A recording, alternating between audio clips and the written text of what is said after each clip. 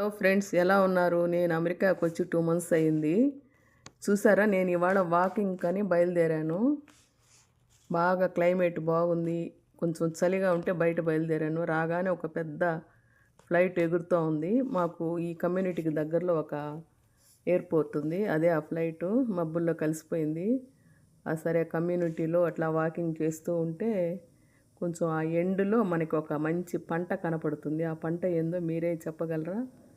అదేమి లేదండి, మొక్కజొన్న పంట. ఇక్కడ వీళ్ళు ఎక్కువగా మొక్కజొన్నల్ని పంటని వేస్తూ ఉంటారు. చూసారు కదా, ఇది మొక్కజొన్న పంట. నేను వాకింగ్లో తీయడం వల్ల మీకు అట్లా ఈ స్క్రీన్ జరికిస్తున్నట్టుంది. సరే, ఈ మొక్కజొన్న పంట పల్లెటూరు వాతావరణాన్ని గుర్తు చేస్తుంది కదా. చూడండి, పచ్చటి ఆకులు చాలా అందంగా కనిపిస్తున్నాయి. ప్రకృతికి దగ్గరగా ఇలా నడవడం మనసుకు ఎంతో ప్రశాంతంగా అనిపిస్తోంది. ఇంకా ఏంటంటే, ఇక్కడ మీకు మా కమ్యూనిటీలో, నేనుండే కమ్యూనిటీలో హౌసెస్ చూపిస్తాను.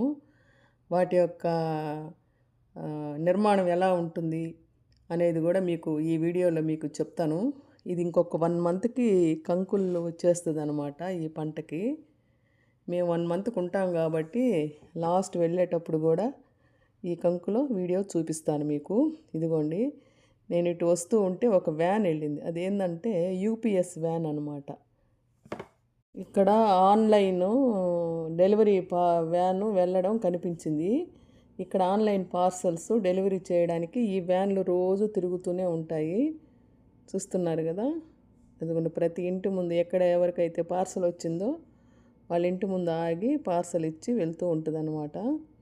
ఆ పక్కన చూడండి, ఒక అతను డాగ్ని తీసుకొని వాకింగ్కి వెళ్తూ ఉన్నాడు.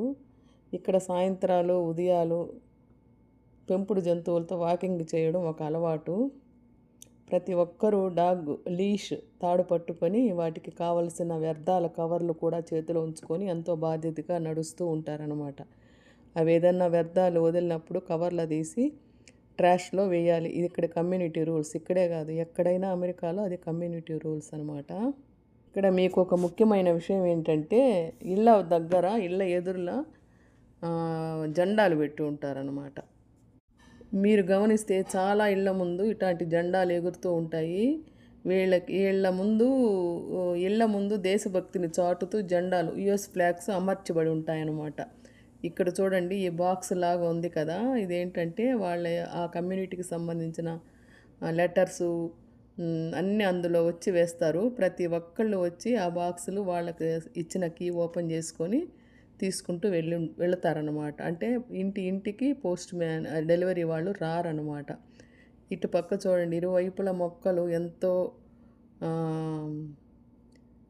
హాయిగా ఉందో కదా, ముచ్చటగా చూడడానికి. ఇవేంటంటే underline pipelines, internet current కనెక్షన్స్కి 2 ఇళ్ళకి మధ్యన ఉంటుంది అనమాట. చూసారా, అదిగోండి ఒక బాక్స్ లాగుంది. ఇదేంటంటే వాటర్ పోయేదానికనమాట. ఇక్కడ వాటర్ పైప్ లైన్లు, ఇంటర్నెట్ కేబుల్ ఇవన్నీ అండర్లైన్ అనమాట. పైన స్తంభాలు అట్లాంటివి ఏమి ఉండవు ఇక్కడ. చూసారు కదా, గందరగోళంగా కనపడకుండా ఇలా అండర్లైన్లో పెట్టుంటారు. ఇక్కడ చూడండి, ప్రతి ఇంటి ముందు ఫ్లవర్స్ అందంగా అమర్చుకుంటారు బార్డర్ లాగా. ఇదిగోండి, ఇది అండర్లైన్ పైపులు. ఇదేంటంటే ఎప్పుడైనా ఫైర్ యాక్సిడెంట్ జరిగినప్పుడు అందులో నుంచి వాటరు తీసుకొని వాళ్ళు ఇది చేస్తారనమాట, ఆర్పడానికి ప్రయత్నం చేస్తారు. చూడండి, ఈ జెండా ప్రతి ఇంటి ముందు ఉంది. మీరు బాగా అబ్జర్వ్ చేసినట్టయితే ప్రతి ఇంటి ముందు ఆ జెండాలు ఉన్నాయి. వాళ్ళకి దేశభక్తి ఎక్కువలాగుంది. దేశభక్తి అని కాదు, వాళ్ళ ఫ్యామిలీలో ఎవరో ఒకళ్ళు ఈ యొక్క ఫైటర్స్గా, ఫ్రీడమ్ ఫైటర్స్గా పనిచేస్తున్న వాళ్ళ ఇళ్ళ ముందే ఎక్కువగా కనపడడం నేను చూశాను. ప్రతి ఇంటి ముందు ఉండడం అయితే లేదు.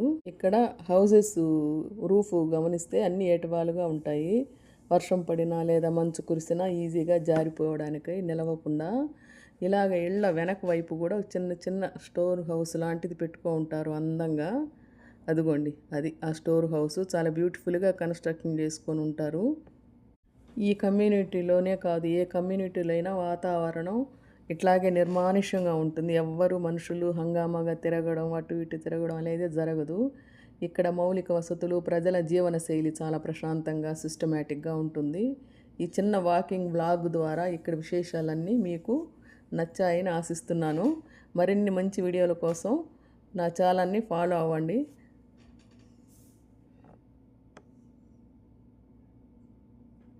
చూస్తున్నారు కదా, ఇదేమో వాకర్స్కి రోడ్డు. నేను ఎదురుగా ఉండేది, ఆ పక్కనేమో కార్లు వెళ్ళేదానికి. ఇక్కడ వాకింగ్ చేసేవాళ్ళు కంపల్సరీగా వాకర్స్ రోడ్లోనే వెళ్తారు. ఇది ఒక సిస్టమేటిక్ అండర్స్టాండింగ్ అనమాట.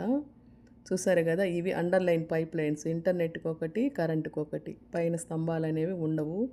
ఈ యొక్క పచ్చిక దీన్ని కూడా వాళ్ళు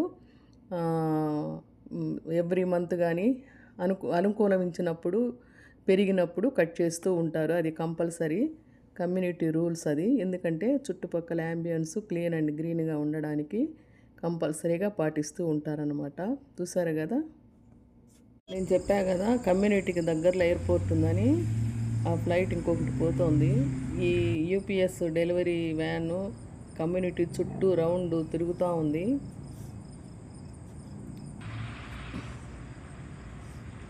చూసారు కదా, ప్రతి ఇంటి ముందు ఒక చెట్టు నాటున్నారు.